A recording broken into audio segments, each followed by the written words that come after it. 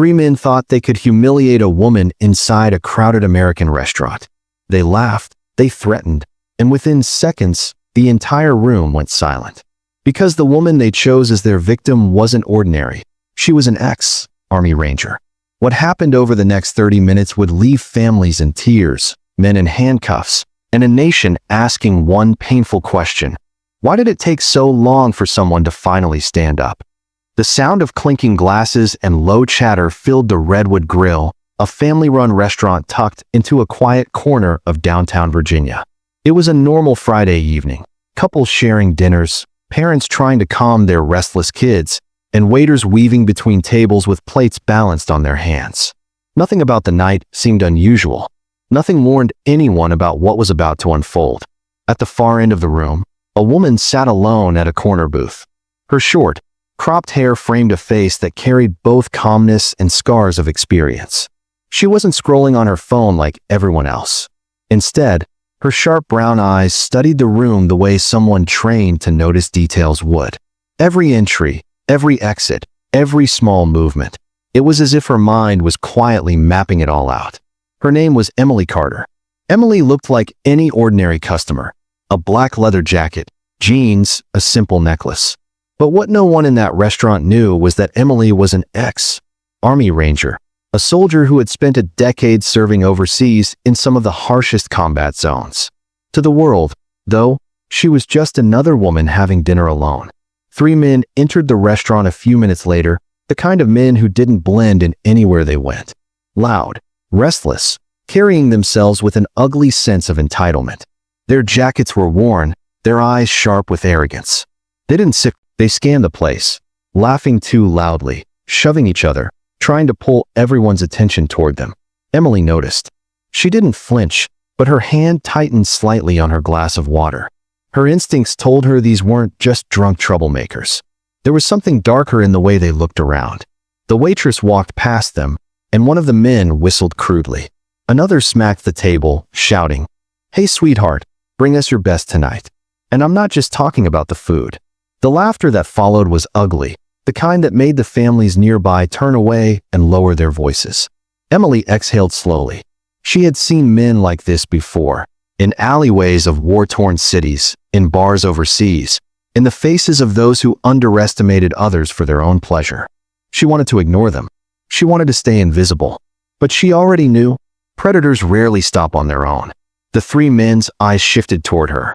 At first, it was a glance, then a stare. Then the whispering began, followed by the smirks. Emily didn't move. She simply placed her fork down, her back still straight, her gaze focused on her plate. One of the men stood. His boots dragged against the wooden floor as he swaggered toward her booth. The restaurant grew quieter. Conversation slowed, then stopped. Families sensed trouble, but didn't want to get involved.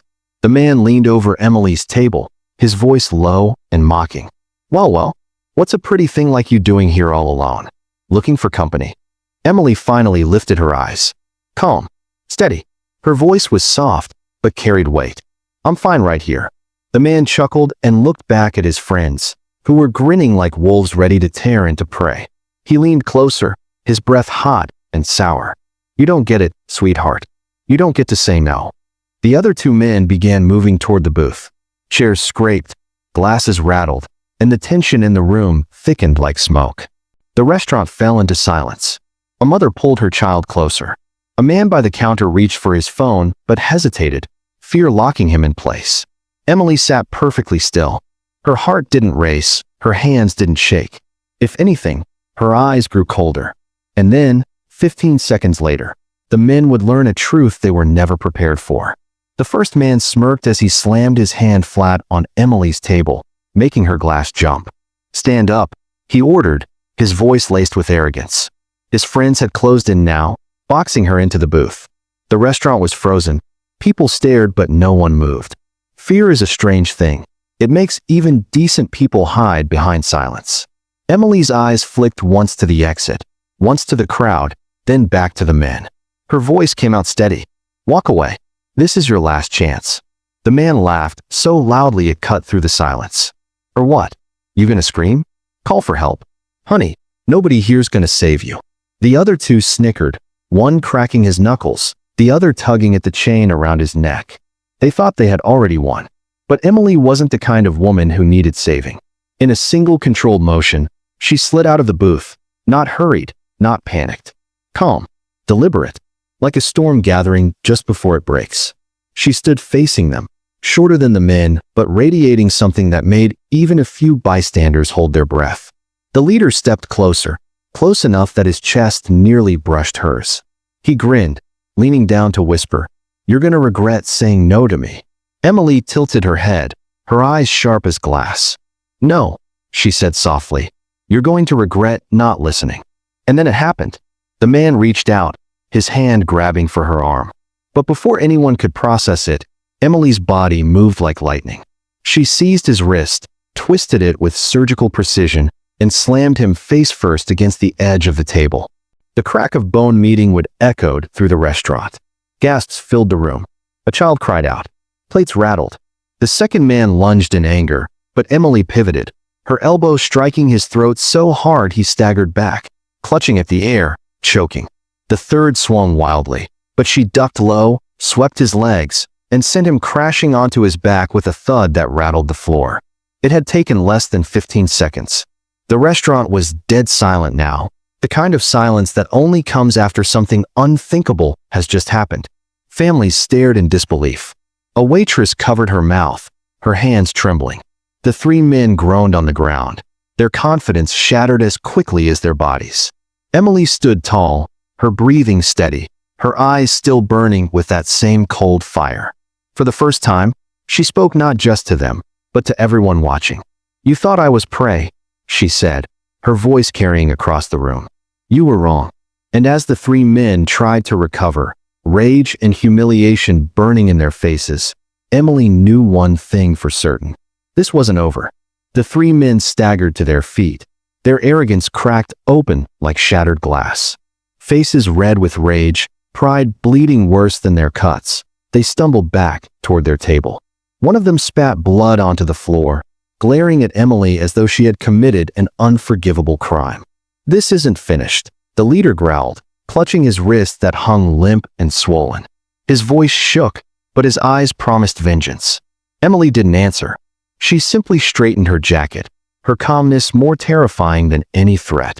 She returned to her booth, picked up her glass of water, and sipped as though nothing had happened. The room, however, was far from calm. Conversations broke out in frantic whispers. Some people applauded under their breath. Others shook their heads nervously, already pulling out their phones, filming. Within seconds, Emily's private battle had turned into a public spectacle.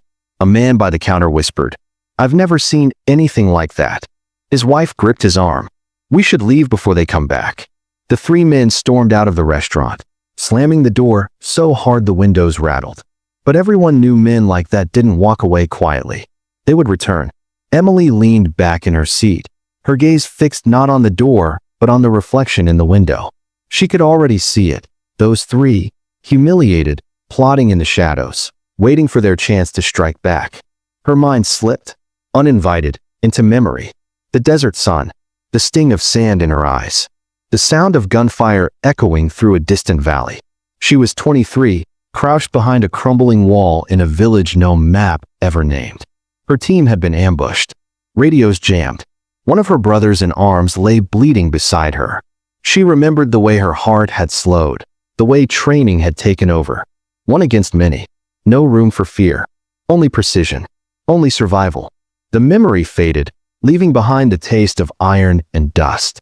Emily blinked, the restaurant walls snapping back into view. She set down her glass.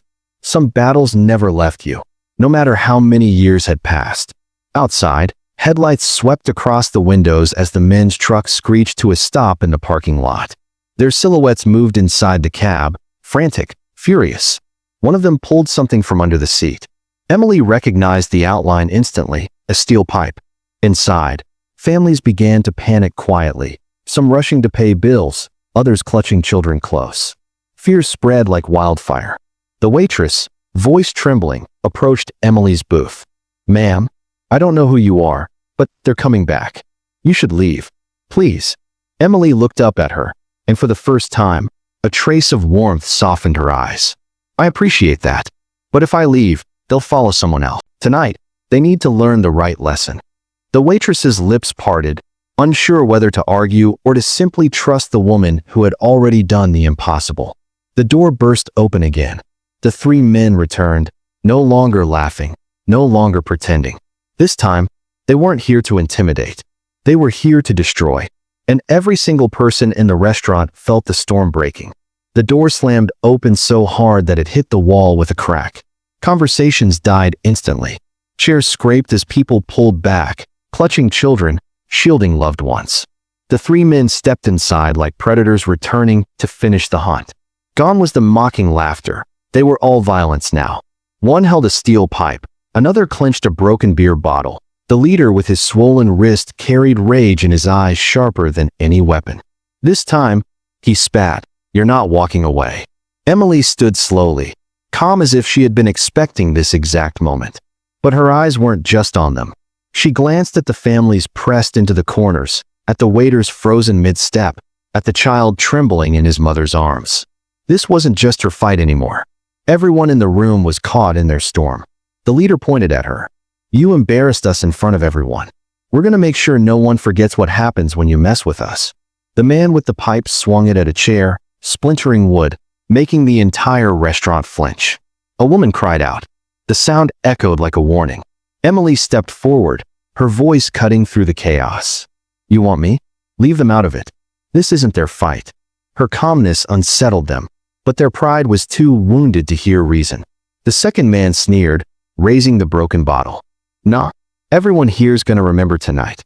Emily's pulse slowed, her training taking over. She measured distances, the pipe, the bottle, the rage boiling in three directions at once. But she also saw the fear in the room, how people wanted to run but were frozen in place. And something deep inside her shifted. This wasn't just self-defense anymore.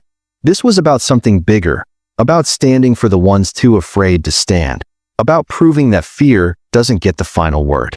The first swing came fast.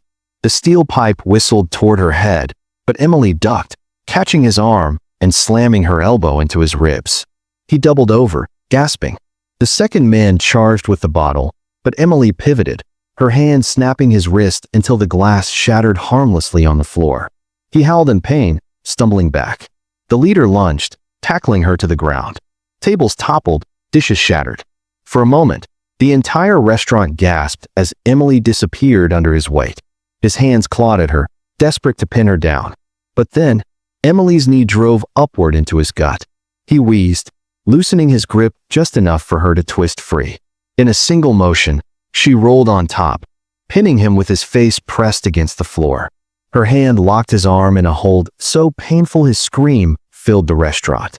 The other two staggered forward, ready to join again. And that's when something unexpected happened. A man from the crowd stepped out. He wasn't a fighter, just a father who had been shielding his kids. His voice trembled, but he raised it anyway. "Enough. Leave her alone. You're not in charge here." Another voice followed, shaky but brave. "She warned you. We all saw it. Leave before you regret it even more." The room shifted. Where there had been silence, there was now courage. People stood, not to fight, but to refuse fear. The men faltered, suddenly aware that the power they thought they owned was slipping away. Emily pressed harder on the leader's arm, her voice low but lethal. "You picked the wrong night, the wrong woman, the wrong crowd." Police sirens wailed in the distance, growing louder. The leader cursed, thrashing uselessly against her grip. The other two exchanged panicked glances. Their confidence, once overflowing, drained into desperation. For the first time that night, the hunters looked like prey. The wail of sirens grew louder until red and blue lights splashed across the restaurant windows. The three men froze, their rage colliding with sudden fear. The leader still lay pinned under Emily's knee, his face pressed to the floor, his arm locked in a hold he couldn't escape. The door burst open. Two police officers stormed in, weapons drawn. "Step back. Hands where we can see them." For a moment, the entire restaurant held its breath. From the outside, it looked like chaos. Tables overturned, glass scattered, three men beaten and gasping while one woman held the leader in a hold trained soldiers used to subdue enemies. One officer pointed directly at Emily. "Ma'am, let him go. Now, Emily released the man, rising slowly with her hands raised. Her movements were controlled, respectful, but her eyes never left the three men who were already trying to twist the story with their voices. "She attacked us," the leader shouted, clutching his swollen wrist. "Crazy woman jumped us out of nowhere," another added, spitting blood for effect.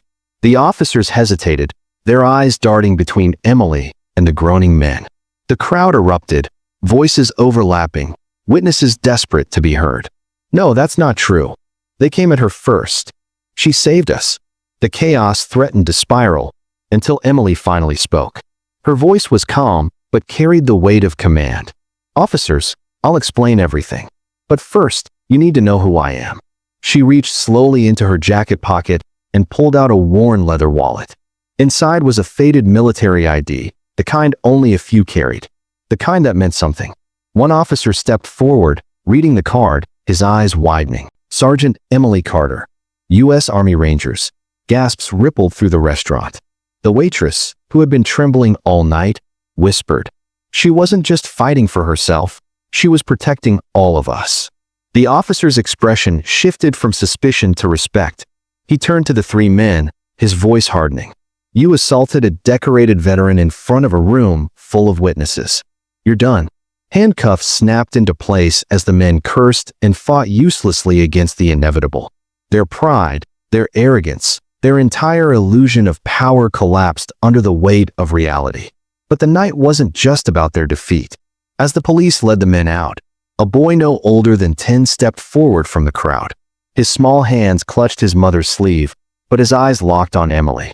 "Ma'am," he said softly, "were you scared?" The restaurant quieted, every eye on Emily. She crouched down so she could look the boy in the eye. "Yes," she said honestly. "But being brave doesn't mean you're not scared. It means you don't let fear control you.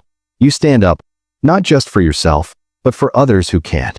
The boy nodded slowly, his fear easing into something new, admiration. His mother's eyes filled with tears as she pulled him close. Emily stood, scanning the room one last time. Families who had been silent before were now holding their heads higher. Strangers who had hidden in fear were clapping, their voices echoing with gratitude. She didn't smile, but something in her chest loosened. This battle wasn't about broken bones or bruised egos. It was about a truth she had carried from war zones to quiet American streets. Evil wins when good people stay silent. That night, silence had been broken. As Emily walked out of the Redwood Grill, the night air hit her face, cool and steady. Behind her, the restaurant buzzed with life again, voices louder, stronger, unafraid. The three men were shoved into the back of a squad car, their eyes no longer filled with arrogance, but with the hollow look of men who had finally met something greater than their pride. Emily didn't look back. Some wars end in deserts, others in small-town restaurants. But for her, the mission was always the same: to fight, to protect, and to remind the world that strength doesn't come from fear, it comes from standing up when it matters most. And on that night, in that little restaurant, everyone learned that even in the darkest moments, one woman's courage could change everything. If this story moved you, drop your thoughts in the comments below. I read every single one. And if you want to see more emotional, suspenseful, and powerful stories, make sure to subscribe to Black Nation Strength. Your one subscribe gives us the strength to bring more stories like this to the world. See you in the next story.